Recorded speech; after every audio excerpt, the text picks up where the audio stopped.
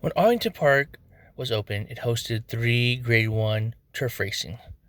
The Secretariat, the Beverly D, and the Arlington Million in early August. But since Arlington Park is now closed, these three graded races are now run at Colonial Downs.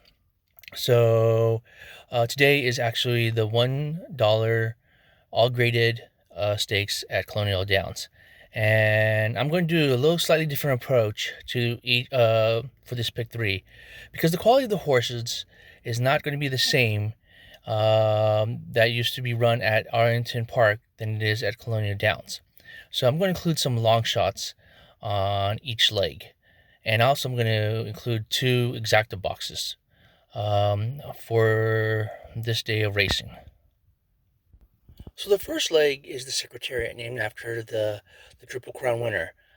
Secretariat was actually born and bred in Virginia, and Colonial Downs is in Virginia.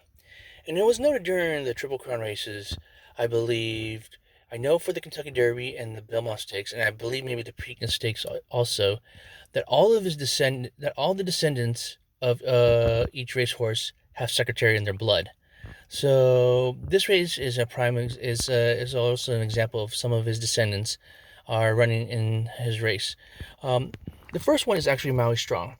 I noted that his broodmare sire is Giant's Causeway, which is a son of Stormcat, who is a grandson of Secretariat. And I'm picking this horse even though he has only won one race. But if you look at his form, it's not too bad. But that's the only concern about having this horse, is that he has only won one race. But I am using him in my first leg of the pick three. The second horse I'm going to pick in the first leg of the pick three is Simulate. His trainer is Bill Mott, and and he's known to be a very patient trainer. Prime example is Sovereignty. Um, Sovereignty this year won the Kentucky Derby, skipped the Preakness, and then won the Belmont.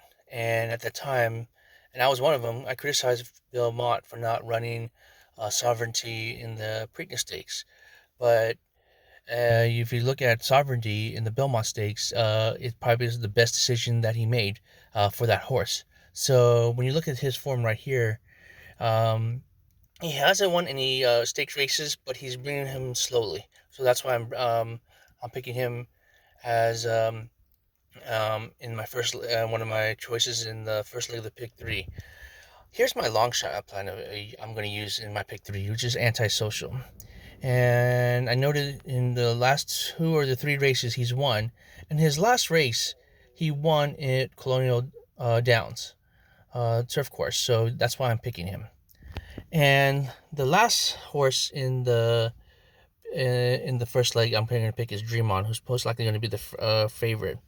And I noted on his form that he's won the last two races.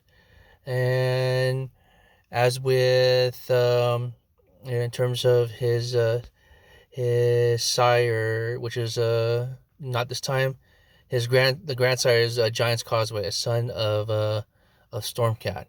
So just like with Antisocial, you have about three or four horses here who are descendants of Secretariat, which is this race is named after.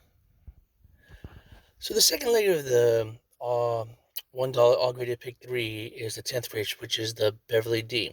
So the first horse I'm not going to use in my pick three.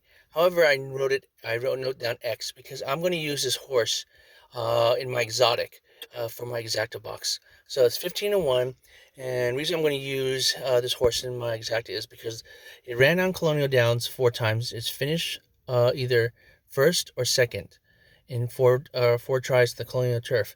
I do think though that the competition is really tough for this horse to move up, but I am going to use her in my exacta. But the first horse I'm going to use in the second leg of the pick three is going to be Be Your Best. And this is one of the reasons why. If you look at the last three races, okay, it won on, so the turf currently is firm. But if you look at the last three races, it last won on a firm course, and then the race before it was a good course but ran 8th, and the race before that was another firm course and it won. So that's why I'm picking Be Your Best in the second leg of the pick three. Um, The second horse I'm going to pick in the pick 3 is going to be Beach Bomb. And if you notice, I noted that her buyer speed figures has increased. So the sire is Lancaster Bobber, who's the son of Warfront. What's not noted is Lancaster Bomber's broodmare sire is Indian Ridge, a European horse who has sire quality turf horses. So this is very much a turf pedigree.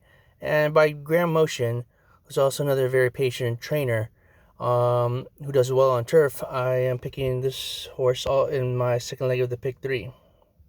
The third horse I'm going to pick in my uh, second leg of the pick 3 is Charlene's Dream. And I noted, okay, this horse has run in Golden Gate Fields.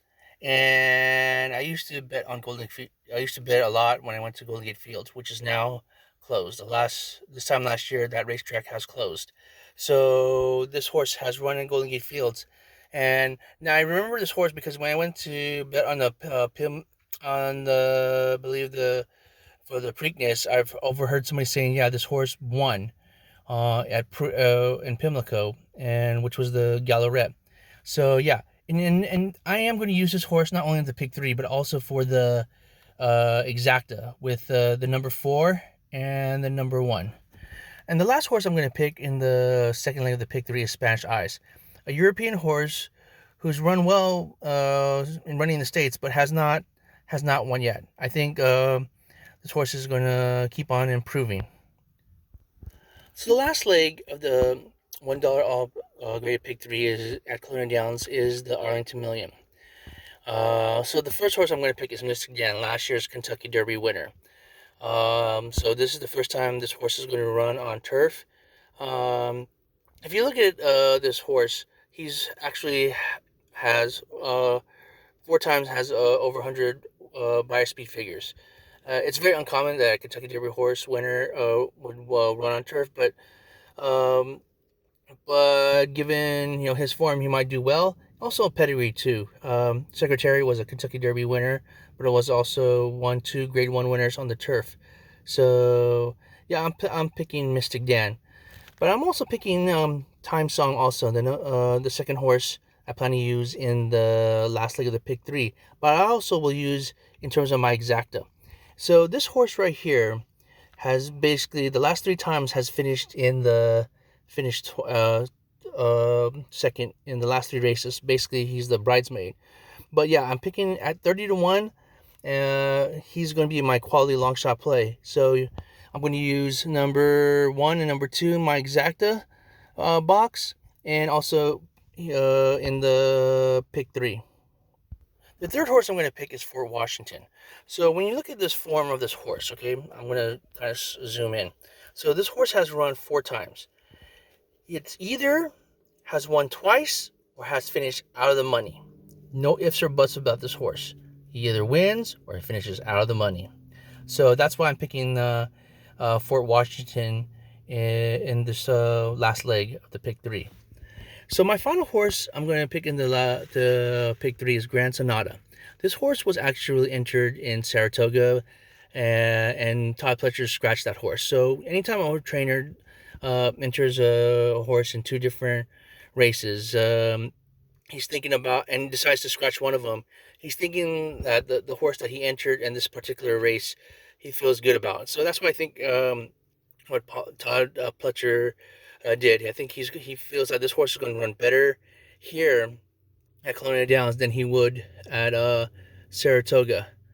So in terms of my $1 pick 3, I'm picking 4 horses in each leg. So that's going to be a total of $64 for this $1 pick 3. In addition, I'm picking I'm playing a $5 exacta box on the last 2 legs. So that's going to be $10 on race 10 and then $10 on race 11. So that's going to be a total of $84. So $84 is not a lot. So if I lose 84, I lose 84. However, if I feel like if one of the exacta actually hits, it's going to wipe out the $84 bar none, because I included long shots. If I'm able to get the pick 3, I believe the payout will be more than the the $84 that I bet total for that day.